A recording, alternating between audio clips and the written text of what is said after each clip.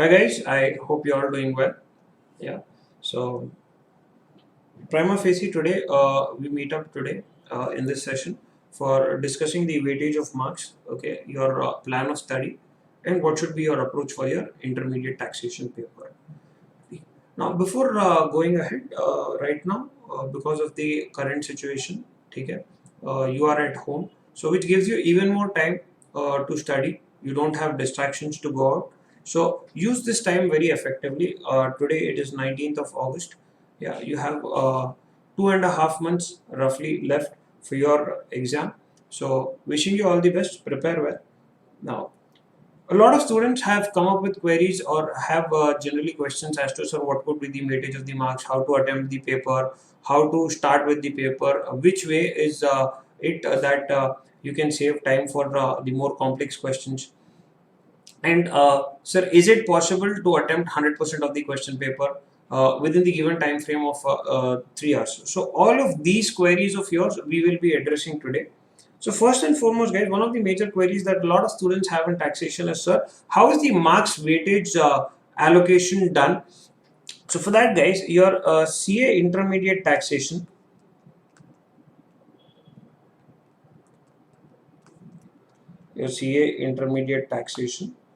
is of two parts. Okay. One is direct taxes. Okay. The other one is indirect taxes. Okay. What we'll do is we'll break the entire question paper of 100 marks into components to check which particular component carries how many marks. Okay. Which component carries how many marks. So pay attention.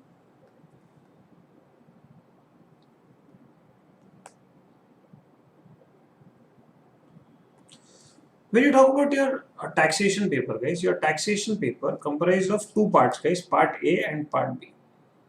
Okay. The taxation paper comprises of two parts, part A, part B. Part A is direct taxes.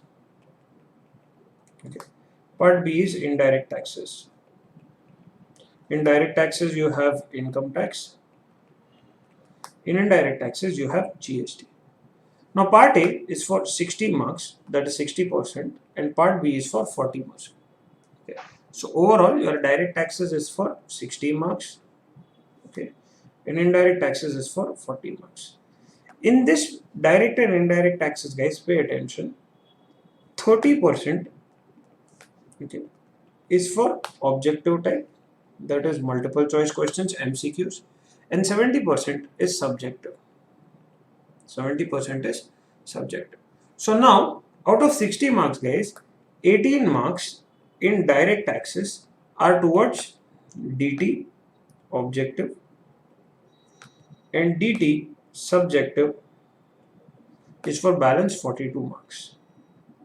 Likewise, guys, your IDT, objective, is for 12 marks, and IDT, subjective, is for 28 marks. So this is how the mark allocation has been done. Now that you've understood the marks allocation, guys, let us also understand the approach of the subjective type, because objective type you might have generally 1 mark per MCQ. If the MCQ is difficult, they might sometimes give it for 2 marks. Okay, they might give an MCQ for 2 marks. So here, guys, when you talk about DT, 42 marks, subjective. Okay. Now here, guys, you have question 1, which is compulsory. Okay. And this is for 14 marks. Now it could be a combination of one question, it could be only one question of 14 marks, or it could be two questions of 7 marks each. Or sometimes they might give you one question for 10 marks and the other for 4 marks within this. So question 1 could be a single question or could be in multiple parts also, but anyhow question number 1 is compulsory. Now question 2, question 3 and question 4. Okay, of these 3 questions, attempt any 2. You are asked to attempt any 2 questions, and these 2 questions are for 14 marks each. So this sums up to 42 marks. So do you have choice? Yes. Do you have choice amongst the questions? Yes. And sometimes if the examiner is generous enough, within the same question, that is, let us say question number 3, he might give you internal choices also, that you can choose to answer either part A and part B, or part B and part C, any combination you can take. Okay, so this is how the 42 marks have been allocated in direct taxes. Likewise, in indirect taxes, guys, pay attention.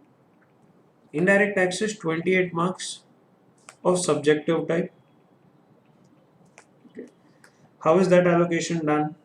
Now, till here question number 4 has been exhausted. Now, question number 5 is compulsory. The first question again of indirect taxes is compulsory, which is for 8 marks. Is compulsory, which is for 8 marks.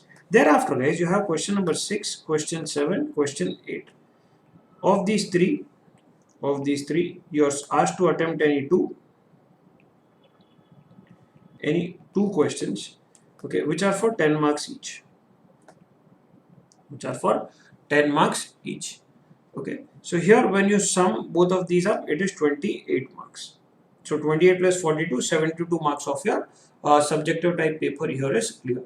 So when you talk about direct taxes question number 1, which is a compulsory question, you cannot escape that. It is for 14 marks. Thereafter, amongst the other 3 questions, that is question 2, question 3, question 4, you have a choice of solving any 2 questions which are for 14 marks each. And then in indirect taxes, similarly, guys, question 1 is compulsory, and amongst the other 3 questions, you can choose to attempt any 2.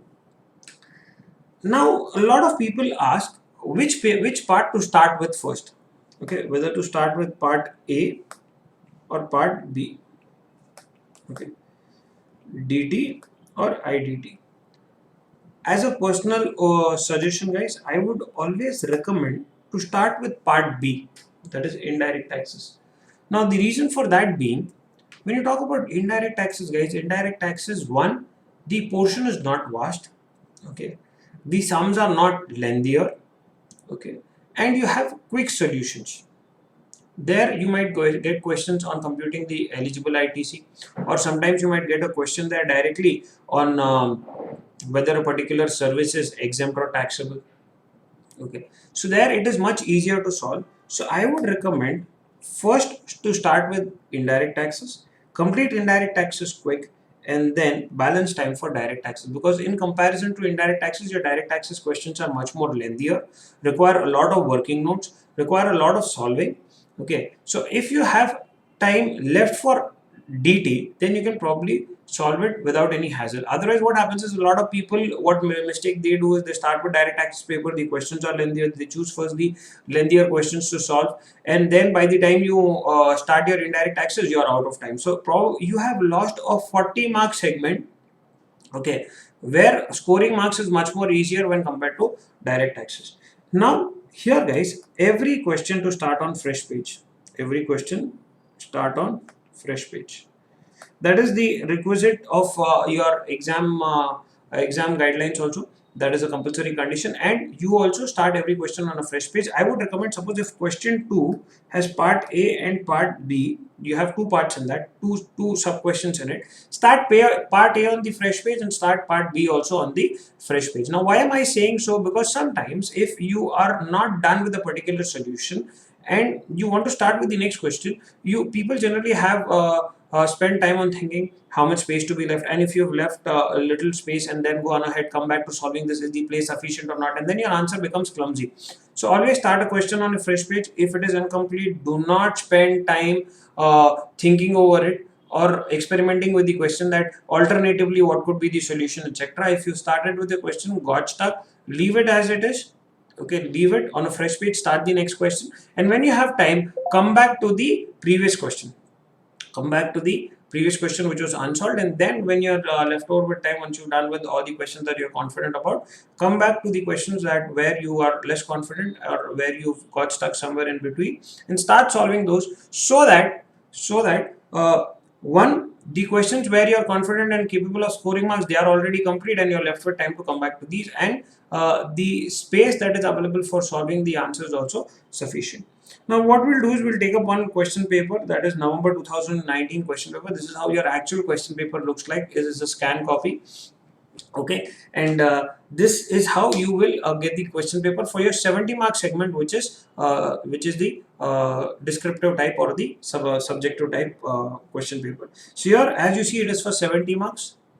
Okay, 30% is for objective, 70% descriptive. Here they have said in amongst the instructions for these 70 marks that section A, which is direct taxes, section B would be indirect taxes. Section A is for 42 marks, guys. Question number 1 is compulsory, and out of question number 2 to 4, you have to choose any two. And then section B, which is again for indirect taxes. There, question number 5, first question there is compulsory, and from 6 to 8, that is the balance 3 questions. You can choose 2. Okay. Now, if you look at question number 1 here, which is for 14 marks. Okay, this is generally a question in direct taxes which comes from the chapter which is computation of total income and tax liability, because this is one particular question that where the examiner tries to test you on multiple heads of income together. He might give you in this question along with the multiple heads the deductions. He might give you set off and carry forward of losses, clubbing of income, computation of tax liability, repaid, surcharge, cess, etc. So this is one question which is compulsory, no escape. And this is the question that actually makes selective study impossible. You cannot choose amongst chapters that I will study this particular chapter and I would leave any other chapter, because in this question generally they mix up provisions from all the chapters across your syllabus. They put it here and you cannot have any selective study. So this is question number 1, okay, which is compulsory. I would recommend that when you start with this question, if you get stuck, leave at least 2 pages and then start with the next question, because this will require a lot of working notes. And guys, your solutions without working notes, okay, because in taxation presentation does carries marks. Your computation of total income should be in a proper format. Try to put the heads in the order in which the sections have been placed. That is, first income under the head salaries, then income under the head house property, then profit and gains from business and profession, capital gains, and lastly IFOs. Sum up all of this, get your gross total income, provide for deductions, and then compute your tax liability. That should be the way you present it. And your as we had already discussed in the class, all the problems on computation of total income that we had solved in the class, we had tried to fit in the computation in one page, and for every head of income we had a separate working note. So try to do that also in the exam. Okay, and next question. Okay, like you see here, question number 2, which is again for 14 marks. Now question number 2, it is in 2 parts. One is each of which is for 7 marks. Okay, then you have question number 3. They have allocated marks here as 4, 6, and again 4, because the total has to come to 14 marks. So now again question number 3 is having 3 sub questions within it. Likewise, if you go to question number 4, it is for 5, 5, and 4 marks. So this is your part A or section A, which is for direct taxes. Again, section B for indirect taxes, 8 marks, and other 3 questions of 10 marks each. You have to choose any 2 amongst the other balanced 3 questions to solve. So as I have already discussed, preferable, it is not compulsory, guys. You can always choose the strategy that suits you best, but I would recommend starting with your indirect taxes paper first, which is for 40 marks, because questions are very simple in indirect taxes and much more predictable. Because I would not say that I would sure guarantee, but somehow it is always usual that you get one question on computation of tax liability under GST. They'll give you multiple supplies, the rates of taxes on it. You will compute the output tax liability, deduct the input tax credit, and compute the net output tax liability, which is one question from the practical part, which is expected to come for sure, I believe, because there is a lot of areas in indirect taxes which is much more theoretical than practical. So you get one question from there, another question for computation of ITC, and sometimes they might give you a question on computation of interest penalty, etc. So generally they give the computation of tax liability question first, which is a compulsory question. I am saying generally, I am not guaranteeing it. अगर नहीं आया तो भाई मेरे को मत पकड़ना, ठीक है? आ गया तो वेल एंड गुड, नहीं आया तो ICAI has no standard format for a question paper. Okay, you cannot guarantee short that PGBP से इतने मार्क्स का क्वेश्चन आएगा, IFO से इतना आएगा, GST में time and value of supply से इतना आएगा ही आएगा. You cannot guarantee anything as such. So all you need to do is not do selective study. Okay, that should be your mantra for the exam. You cannot do selective study. Each and every chapter is important because it gets linked somewhere here and there with other chapters as well. So this is about 70 marks objective type. Now what you do is reach 15 minutes before the exam. Okay, and 15 minutes before the exam does not mean that 15 minutes before the exam you're there in the corridors loitering around here and there chatting with friends. I'm saying that 15 minutes before the exam starts, that is at 1:45 sharp, okay, at 1:45 sharp, you should be in your allocated examination center room where you're supposed to write your exam. Because the question paper, the subjective type question paper will be given to you 15 minutes in advance, and that is the time that you can use to strategize how would you perform in those next 3 hours of yours. That is, those next 3 hours, how crucial it is for you. How do you prepare? How do you plan to give your answers there? Or rather, how do you plan to utilize those 3 hours of yours? Which questions are you comfortable with or confident with? Which are the ones where you're not comfortable with? And it is always better to start with questions where you are confident, because that will keep your morale high throughout these entire 3 hours. Okay, a lot of people ask me, sir, can you attempt 100% of the question paper in the given 3 hours of time? Definitely yes.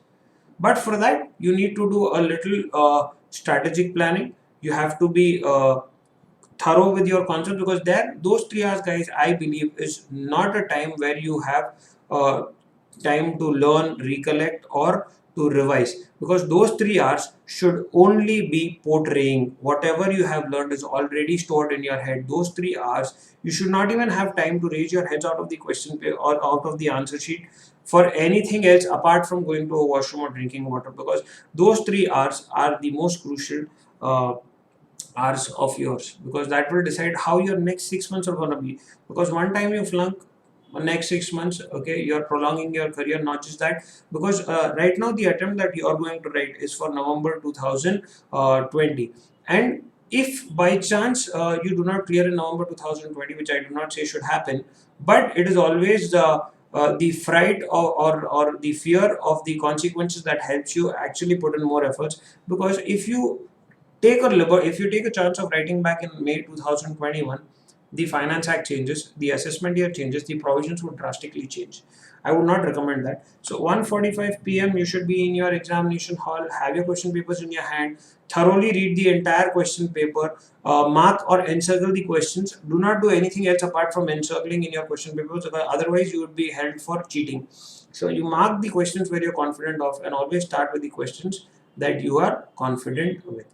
Okay, so that should be your mantra. Now, coming back, what we have done is I have taken last 4 attempts question papers and segregated as to which chapter, say how many marks questions has been asked. There is a particular column for weightage of ICI also. ICI has come up with a PDF file where they have said that a combination of these chapters have this much of weightage. Okay, so, and trust me, guys, okay, I would always recommend thorough studying of the entire syllabus, no selective approach, or do not emphasize on giving importance to any specific chapter, because ultimately your 14-mark question would come from any of the chapters, or it could be a combination of any of the chapters put together. And there, if you've done selective approach, you have not studied one or the other chapter, then you will tend to lose marks. Okay, so here basic concepts of income tax and scope of income tax and residential status, guys. There, what has happened is you get questions definitely from this chapter.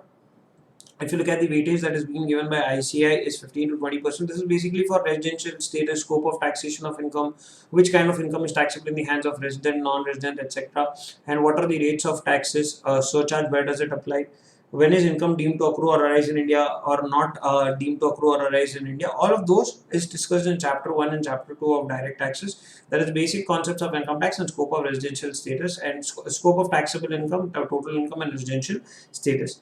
So these chapters also lay the foundation for various other chapters. So it is very keen. The marks allocation.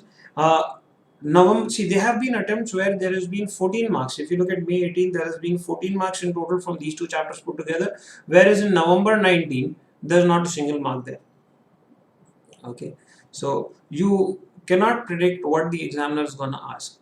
And apart from that, guys, you have again the second group, which comprises of the agricultural income and exemptions from total income, income which does not form part of total income of the SSE, income under the 5 heads, that is income under the head salaries, house property, PGBP, capital gains, and income from other sources. Now, You do not panic, guys. You need not make note of all of this. These the PDF of all of this. I will make it available to you. Now, moving ahead, here the allocation of the marks for 5 heads of income. Okay, for 5 heads of income, along with the chapter of income which does not form part of total income, that is exempt income, is 25 to 35 marks, which is given by ICAI. Okay, and the same ways every year, every attempt, there are majority of the questions revolving around this. Okay, your clubbing set off and deductions, which they have mentioned to have 15 to 20% of weightage. Now these, sometimes you get a straightforward question, a direct question from clubbing of income, that is income of other portion taxable in the hands of the SEC, or set off and carry forward of losses. You might sometimes get a separate question, okay, an individual question questioning this, or this might be merged with some other questions where, like I have marked it in blue, computation of total income and tax liability. In specific, what is the note given below? It says that generally question 1 compulsory question to attempt in is from this chapter. Okay, there is no specific this is no specific chapter, but it comprises of problems covering questions from multiple chapters such as salary, house property, PGBP, capital gains, IFOS, deductions, clubbing, set off, etc. So all of these chapters put together, they will frame a question. Okay, and that is the question that generally comes as a compulsory question. So that even more reduces your chance of doing a selective study. And TDS again is a chapter which is been playing a crucial role. Average marks is 6 marks every attempt. If I take an average of the last 4 attempts, it has been 6 marks. Procedure of return filing, sometimes they have asked 14 marks straightforward here, sometimes 4 marks, 8, 7, but average is again 8.25. So we've taken averages here. I've given the marks allocation here. Okay, and this is how your direct taxes mark allocation is done. But I would always suggest, guys, that see, this marks allocation only helps you assess which chapters could fetch you more marks, but selective study will not help you much in the exam, because questions here are interlinked. Okay, unlike any other subject, guys, here the topics are interlinked, so you cannot expect an individual question only from clubbing of income. If it comes, well and good. What if clubbing of income is merged with another question where there is income under the head house property, salaries, and there are deductions under chapter 6? So I would not recommend selective study. Study all of it. This particular marks weightage pattern, I will give it to you. Now coming to indirect taxes weightage pattern, guys, give me 1 second. I had it for indirect taxes also here. Okay. Now indirect taxes, sweet simple, out of before going here, now this marks allocation what I have given here is only for subjective type. Earlier there was no objective type for May 18 and November 18 attempts, so it was 60 marks full descriptive.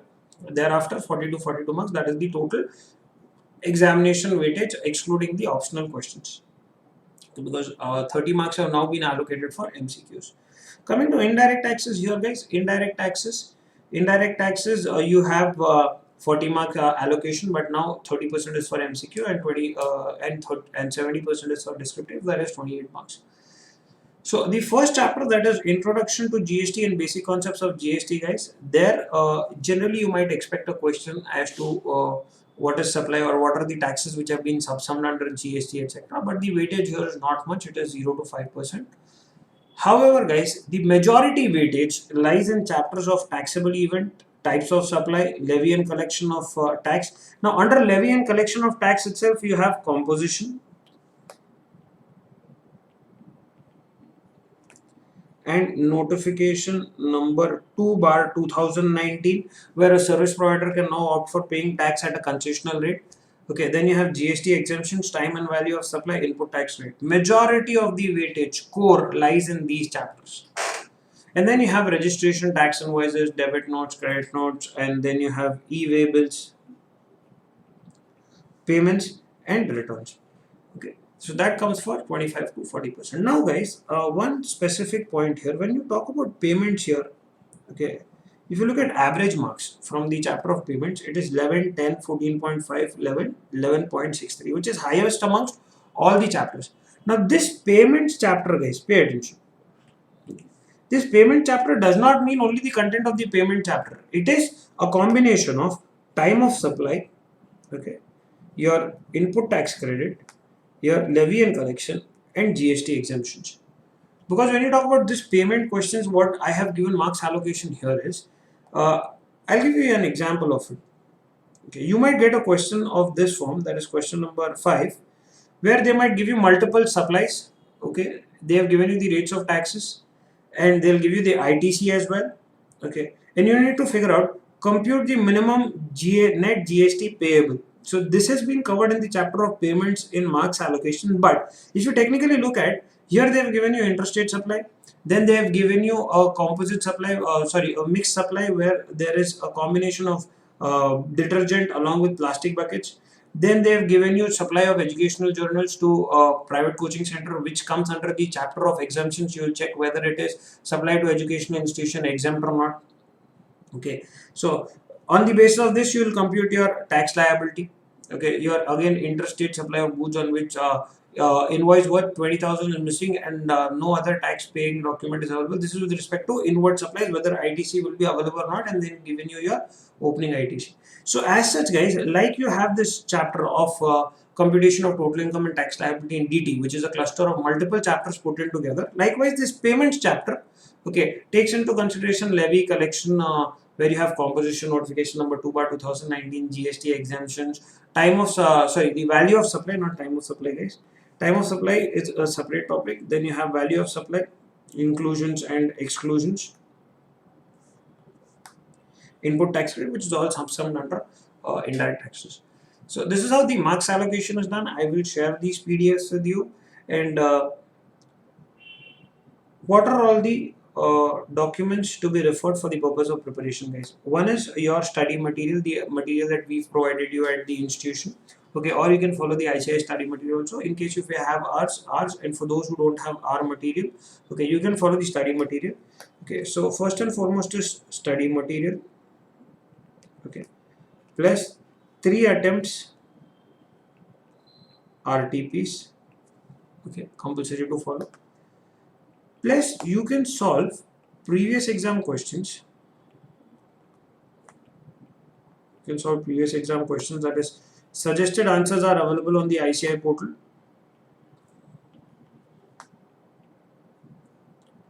For past 3 attempts. And ICI comes up with a document called statutory updates for DT and IDT November 2020 to 2020 attempt. Okay, so a combination of all of this is what you have to refer to for your exam. These statutory updates, we have covered it in our classes. Okay, we have covered it in our classes, and for those who are not aware of, you can download this document because this will be crucial. What you have learned sometimes might undergo changes because of the change in law, and that will be updated in the statutory update, so your problem solutions will change accordingly. And guys, when you're following the RTPs of the previous 3 attempts and the suggested answers of the previous 3 attempts, bear in mind that these solutions are available with respect to those specific previous years and assessment years, and the solutions that are already available in the RTPs and the suggested answers are not in line with your current year provisions, because you might have a question from the previous attempt, so that will be following assessment year, let us say 1920 or 1819, whatsoever. So in the class we have anyway solved all the RTPs of last 5 attempts. Okay, RTPs I would still recommend of 4 attempts. In the class we have solved RTPs of 5 attempts, suggested answers of 4 attempts, but if you can do all of this, and apart from the problems that are there in the study material, the RTP, the suggested answer, that is previous exam questions, you need not do any other additional problems because that will be sufficient. Taxation is not about practicing n number of problems.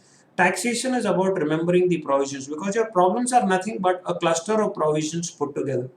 Okay, multiple provisions put together is taxation. That is how the problems are framed. So it is not the number of problems you practice, it is the quality of the problems that you practice. And last thing, guys, that I wanted to discuss is how do you plan your schedule for the next 2.5 months for the purpose of taxation. Okay, so this is a timeline having your 2.5 months. In this, 45 days is for first round of revision. 45 days, 1 month is for first round of revision. Okay, and I would not recommend more than 2.5 hours per day of DTA and IDT.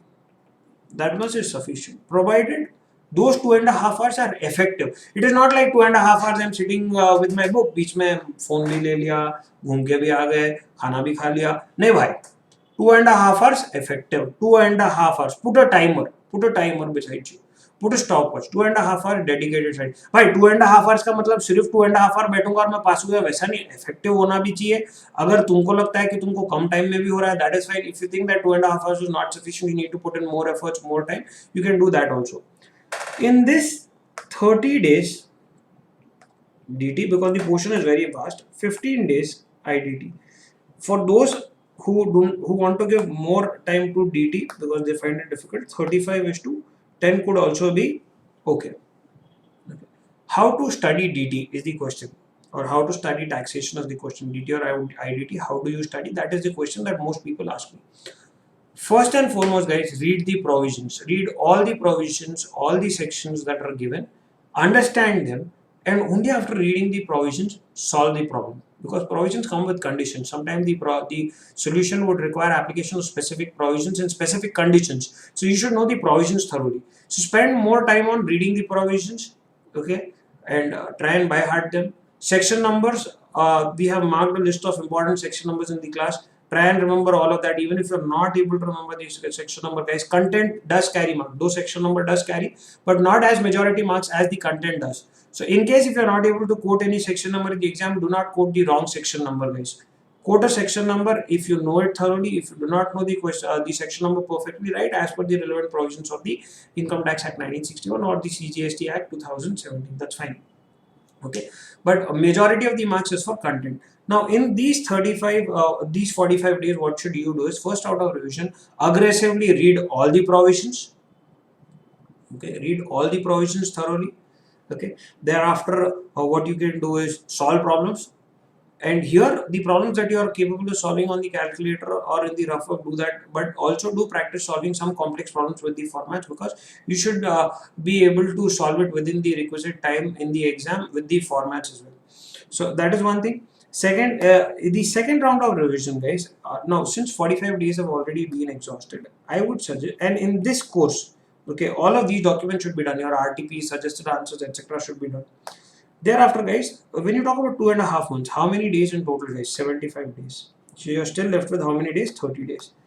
Another 20 days is for second round.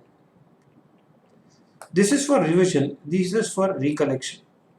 To recollect what you know. Now you do not in the second round of revision. Another 20 days. Now you that decide how many days. 15 days for DT or 12 days DT, 8 days IDT. Choice is yours. Next 20 days, after once these 45 days have been done, okay, next 20 days what should you do is recollect, not revise. Revision तुमने पहले कर लिया, learning you've done before. Now it is time to recollect. Take your textbook, sit, read the specific heading of the section number, try and recollect. ये section में ये provisions है, ये conditions है. Am I able to recollect? Yes, go ahead. Not able to recollect, then given a reading again. So second round is for recollection. The third round, okay, third round is for perfection.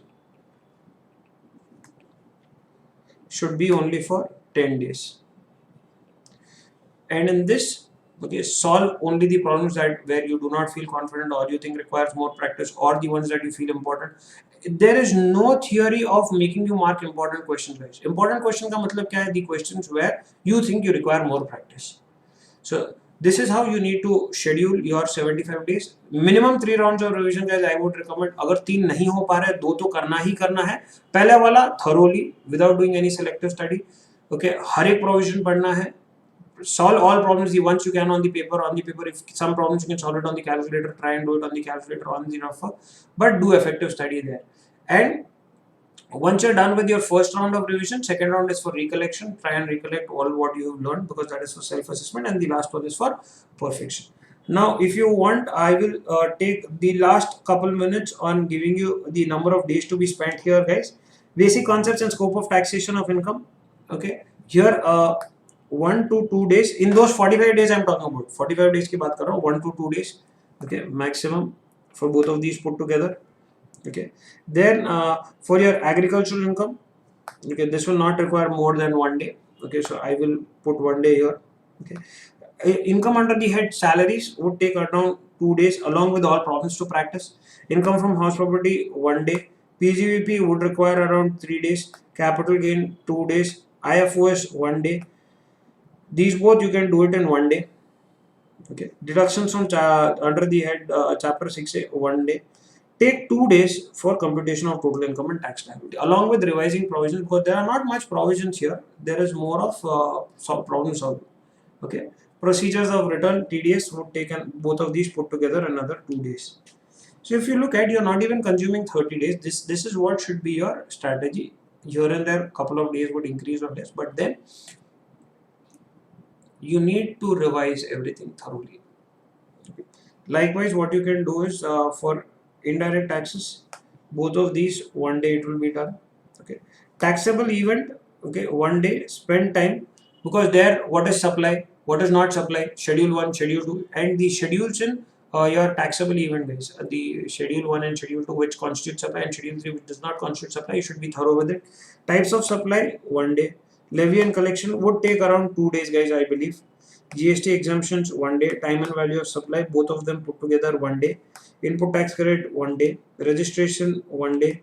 Tax invoices 1 day. Payment के लिए I would say 1 day. You can practice problems well, and returns 1 day. So this is on the lower side. 45 days I have taken on the higher side because you will be putting in 2.5, because I know that you have other subjects to study as well. So do revise well. Okay, and in case of you having any sort of doubts, always feel free to ping me up. Okay, you can send me a message or put me an email. I would revert back to it the moment I get free. And it is not just for my students, guys, but for the whole student fraternity in total, to whom all this video would reach out. At any given point of time, guys, any doubt in taxation, you need any kind of guidance, any sort of an help, do feel free to contact me. Yeah, you can WhatsApp me or Telegram me on 8500132005, or you can email me at namanbalai.co.in. Okay. It is BALI namanbalai.co.in. So you can email me here your doubts, and in case if you need any sort of clarification, it is always convenient that generally in the evenings I am free, so I revert back to all the messages. But taxation is something which would require practice. You need to practice problems. काफ़ी बार ऐसा हो जाता है कि exam में you get confused, surcharge किस पे लगना है, या what are the rates of tax to apply, says it is to be applied on the amount of income tax or on the taxable income, where do I do rounding off to 100, where do I do a rounding off to 10. So these are areas where you might get confused. So if in case you need any clarification on these, do feel free to contact me or ping me up. And apart from that, guys, do study well, prepare well, wishing you all the best. And this is the attempt that you need to make it count, because do not even get into the thought of writing in May 2021, because what would happen there is the assessment year would change, the Finance Act would change, a lot of provisions would change. I would not recommend it. This is the time, you have time now, you've been at home studying well. Okay, I have full confidence that you do well. Yeah, and that's it. So wishing you all the best. Yeah, and feel free to send me your doubts. I will definitely revert back to it. Yeah, and sometimes if you have a problem related problem, take a snap of the problem, send it to me, I will revert back on it. Yeah, so all the best, take care, stay home, stay safe, and prepare well. And it's your score, make it large. That is what is the mantra. It's your score, make it large. Chalo, bye.